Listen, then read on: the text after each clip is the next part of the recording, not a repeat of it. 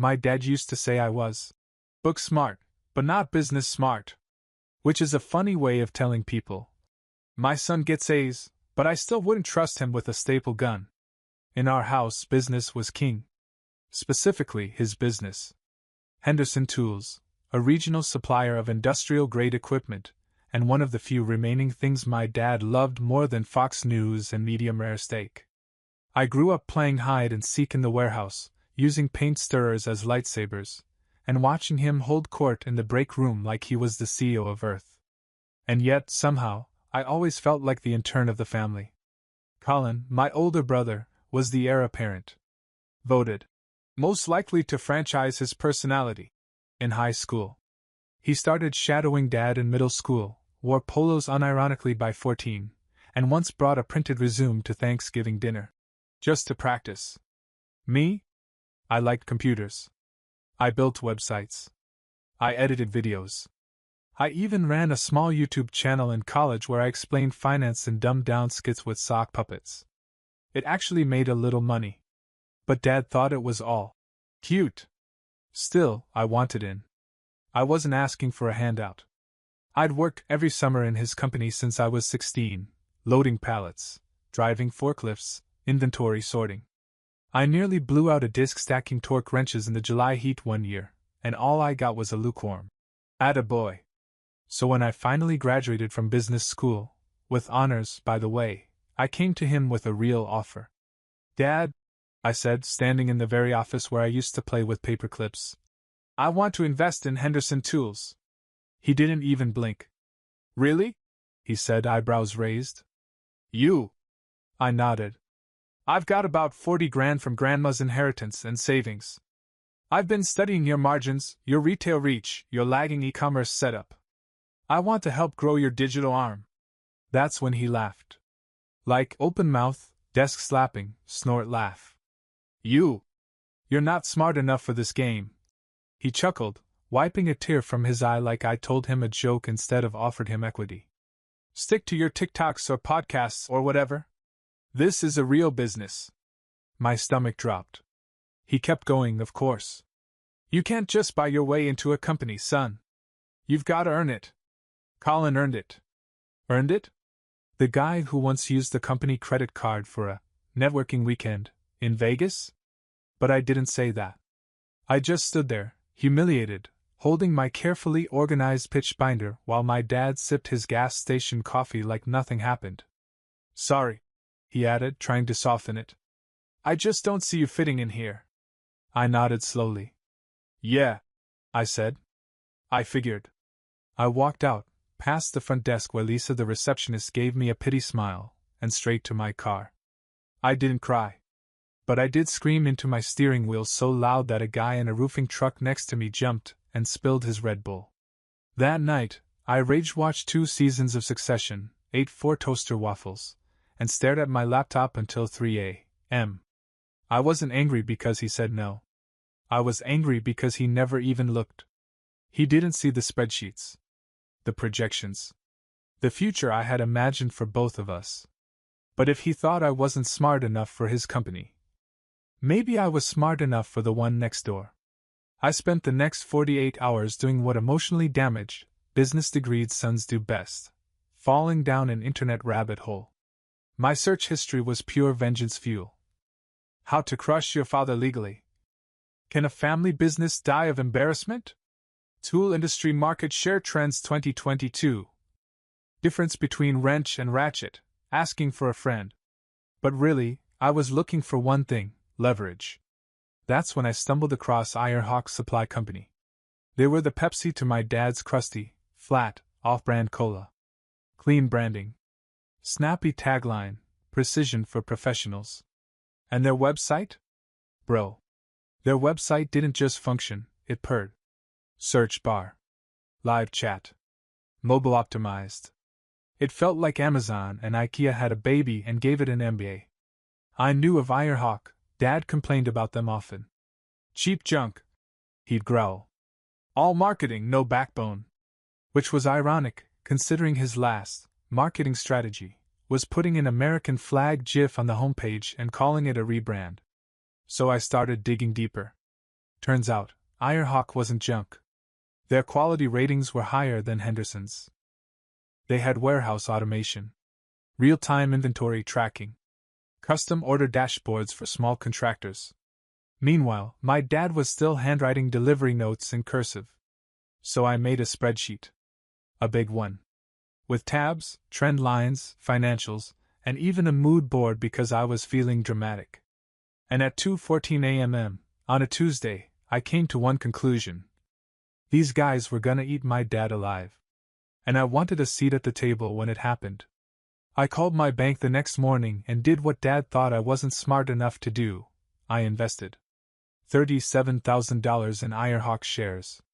The other $3,000 went to rent and a revenge haircut I immediately regretted. I told no one. Not even my group chat. Just me, my laptop, and a seething need to prove a point without ever having to raise my voice. And then I waited. Watched every earnings call. Read every shareholder letter. I even joined their Reddit thread. Yes, Irehawk had a subreddit. It had 7 members, including one guy named Chuck who posted blurry photos of hex keys. But I read every post like it was sacred text. And then one day, out of nowhere, I saw this reply under a customer complaint. Thanks for the feedback. We're building out a better UX for order tracking now. Want to beta test it? DM me. Masson, Irehawk COO. I froze. Their COO was in the thread? I clicked his profile. Verified. I had a window. So I slid into his DMs the nerdiest way possible. Hey Mason, longtime customer and shareholder. I actually built a mock redesign for your dashboard last month for fun. Mind if I send it over? Fun. I said. For fun. Like I wasn't secretly planning my father's commercial downfall in a spreadsheet-themed revenge arc. Mason replied within a day. Shoot it over. Always love feedback from people who actually use the tools. So I did. Sent the PDF, the prototype link, even a Google Doc explaining the logic behind the design. I expected a polite thanks and a corporate brush-off. Instead, he replied 40 minutes later with, You ever thought about consulting? I stared at that message for a solid 5 minutes. Then I stood up and did the least cool celebration dance of all time. Picture a raccoon discovering electricity. After I calmed down and changed shirts, nerves sweat, it's a thing, I replied with the chillest lie I could manage. Yeah, definitely open to helping out on a project. Meanwhile, I was Googling, what do consultants actually do?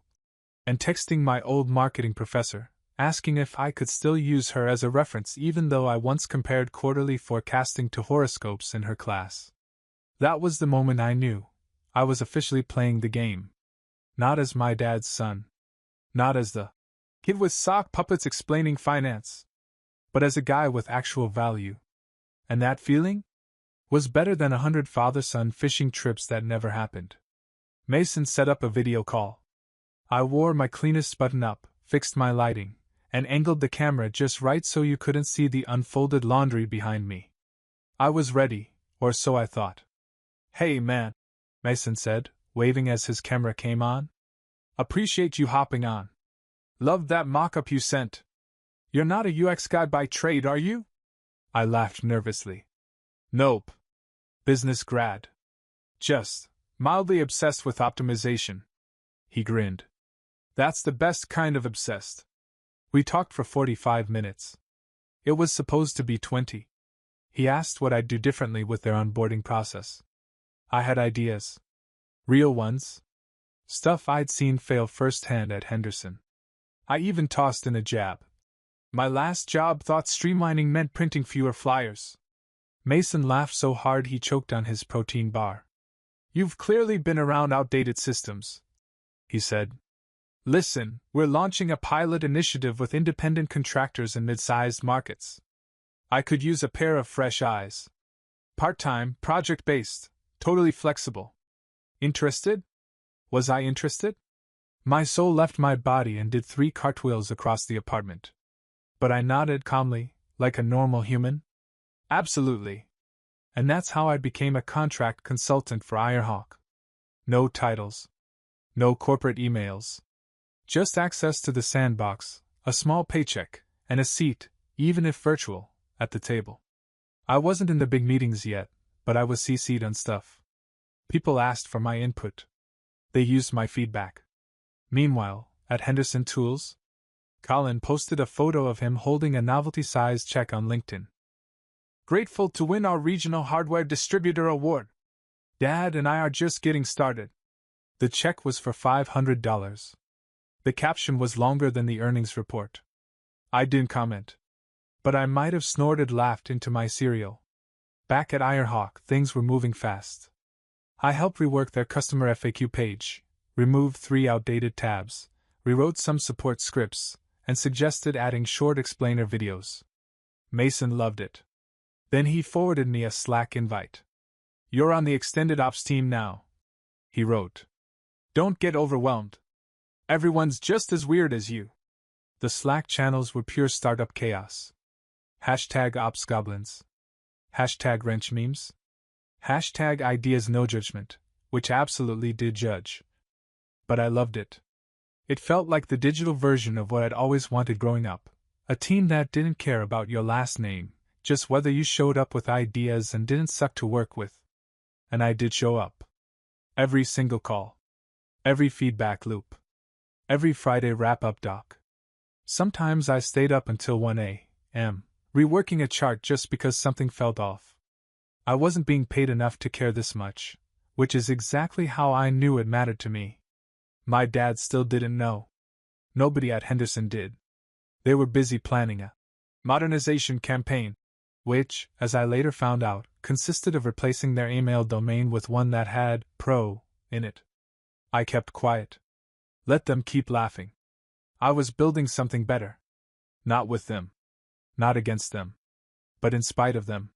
The first time I noticed Henderson Tools was struggling, it came in the form of a company-wide email, accidentally forwarded to my personal inbox. "Thanks, Lisa from reception." Subject line: "Urgent, client portal down again. Fix this before our dealers riot." The message thread was a full meltdown. Distributors couldn't access order history.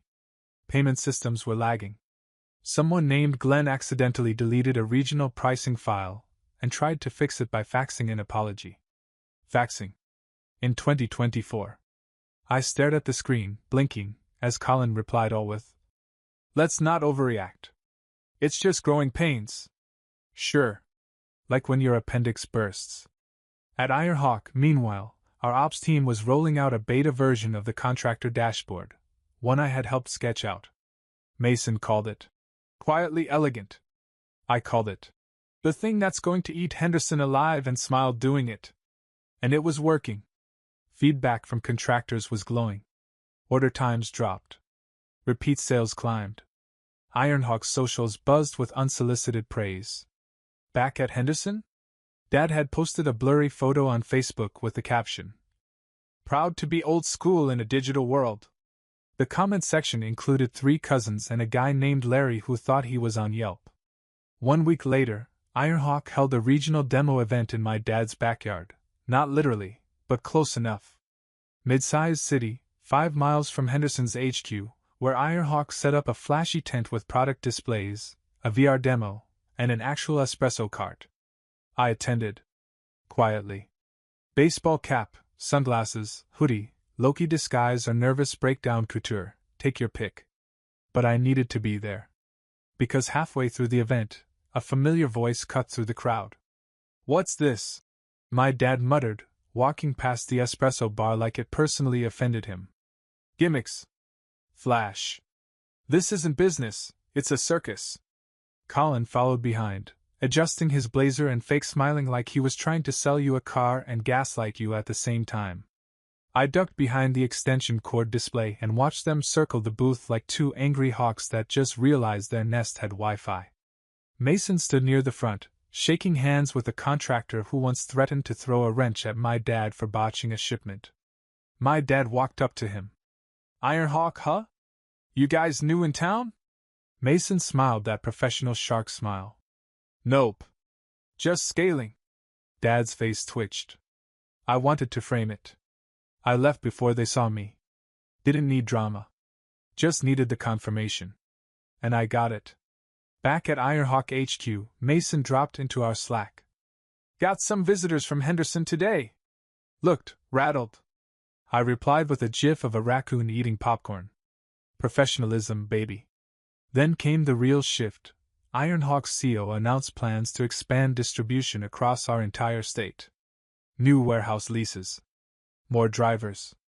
Increased inventory support. Guess whose territory that undercut? Henderson's. Suddenly, I wasn't just the new guy with clean graphs. I was a local expert. The guy who could predict Henderson's moves before they made them. The guy who knew their shipping partners, their vendor weaknesses, even the person in charge of warehouse training, shout out to Ron, still uses a clipboard and duct tape.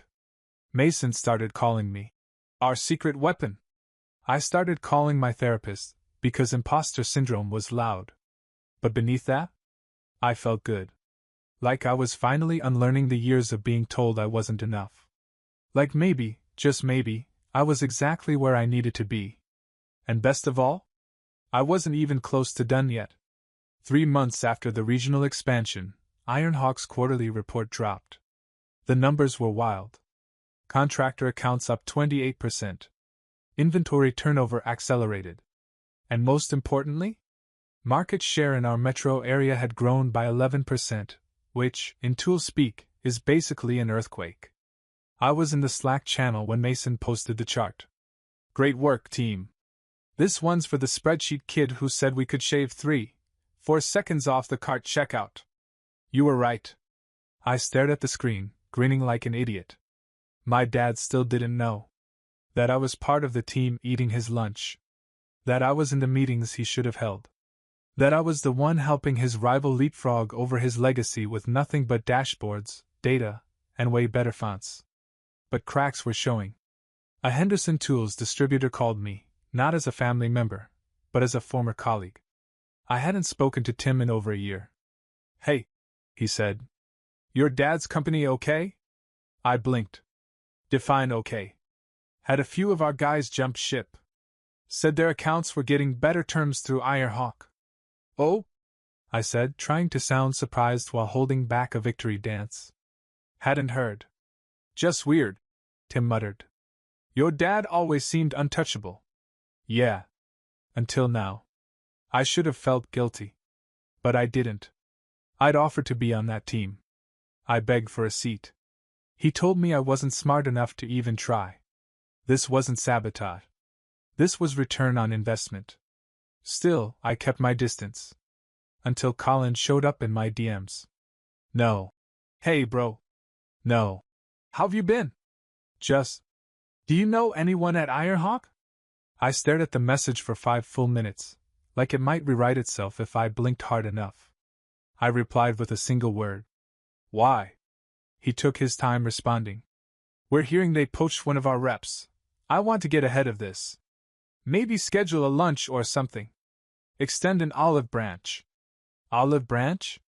He made it sound like Ironhawk had just accidentally outpaced them, not systematically devoured their market with precision and decent customer service.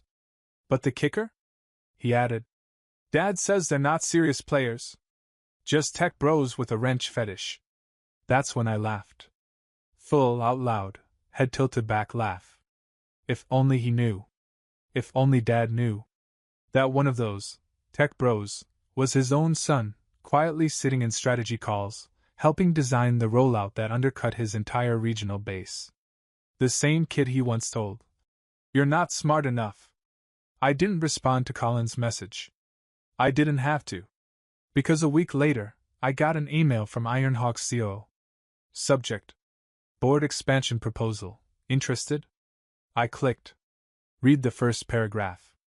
Then reread it. Ironhawk's leadership team was expanding their advisory board to include emerging voices from internal operations and consulting. It was mostly ceremonial, quarterly meetings, votes, high-level brainstorming. But still, it came with a badge, an email address, and a seat. I stared at that invitation like it was a map to the version of myself I was never supposed to be allowed to find.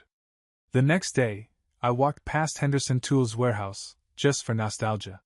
Same sagging fence. Same rusty forklift. Same pride-heavy silence.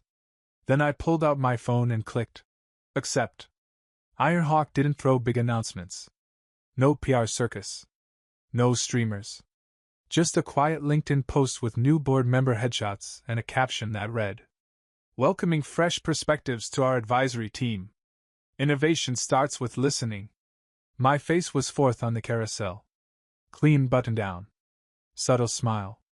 No suit jacket. I wanted the look to say, "I'm chill, but I can kill your business with a slide deck." Within 30 minutes, the group text lit up. Jenna. Wait. Is that you on Ironhawk's page? My cousin Ethan. Bro. Your dad is gonna combust. Lisa from Henderson Reception. You are officially my favorite Carter. Don't tell HR I said that. And then, the call came. Not from Colin. From my dad. I stared at the screen. The name flashing like a ghost I hadn't summoned. I answered, voice steady. Hey. Silence for a beat. Then, so it is true. Nice to hear from you too, Dad. You've been working with Ironhawk? For almost 2 years, yeah? You joined their board? Last week. His breathing sharpened. So this whole time, while we were losing accounts. While Colin was, while you told me I wasn't smart enough? I offered. More silence. Then clipped. You've been planning this? No. I said. I was just building something. You happened to be in the way. He exhaled like I'd punched him. I'm still your father, he said. I raised you better than this. I let out a humorless laugh. You raised me to stay in the warehouse and be grateful for minimum wage. You raised Colin to lead. You raised me to fetch coffee. I gave you structure. He barked. I gave you a work ethic. No, I said. You gave me limitations. You gave me walls. He went quiet. And I could hear it. Not anger. Not bluster. Just the faint sound of his world cracking. I pressed the edge further. Do you remember when I was 12 and asked to go with you to that distributor meeting? You told me, this isn't take your kid to work day. Colin got to go the next year. That was different. He muttered. No, it wasn't. It was the same. You just never saw me as an option. You don't understand legacy. He said again, but it came out smaller this time. Less like a statement. More like a lifeline. No, I said. I do understand it. I understand it better than you ever did. That's why I built something that can actually last. You blindsided me, he said. You embarrassed this family. I paused, and for a moment, the younger version of me, the kid who once begged to sit at the table, almost apologized. Almost. But instead I just said, I didn't embarrass the family. I just stopped pretending I wasn't part of it. He hung up. No threat. No apology. Just a dead line and decades of unspoken resentment buzzing between us like static. I sat in that silence for a long time. Not triumphant. Not smug. Just hollow. Because here's the truth, I didn't want to destroy my dad's business. I wanted him to see me. And the most tragic part? He still didn't. The downfall didn't come with a bang. It came with a Yelp review. One of Henderson Tools' longtime commercial clients, a big contractor named Vernon who once swore by my dad's wrenches like they were gospel, posted a scathing, 2-paragraph takedown. Used Henderson for 18 years. Last 3 orders were wrong or late. No one picks up the damn phone. Switched to Ironhawk, smoothest onboarding of my life. They even had a dashboard. A dashboard.